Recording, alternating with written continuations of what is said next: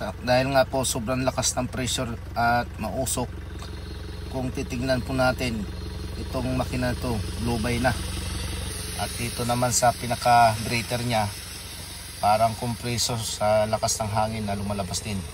At dito dipstick, yun nakikita po natin, sumusuka na po ng langis. May nakita na po kami dito mga boss, isa sa dahilan kung bakit po yun nga naglubay ang ating makina, dahil po dito sa pinaka shafting ng turbo naputol. So ito muna papalitan natin ng turbo nito mga boss. Papalitan na muna natin to, at itong catalytic nilinisan natin to. Tapos natin pinalitan ng turbo at yun nga nilinis natin yung catalytic. So ito nga mga boss, wala na po siyang pressure. So ibig sabihin mga boss, hindi ito blue by. Ang isa po sa dahilan yung kaya nag-blow by ito, ang kanyang turbo sira at ang catalytic converter barado na. So ito mga boss, okay na ito.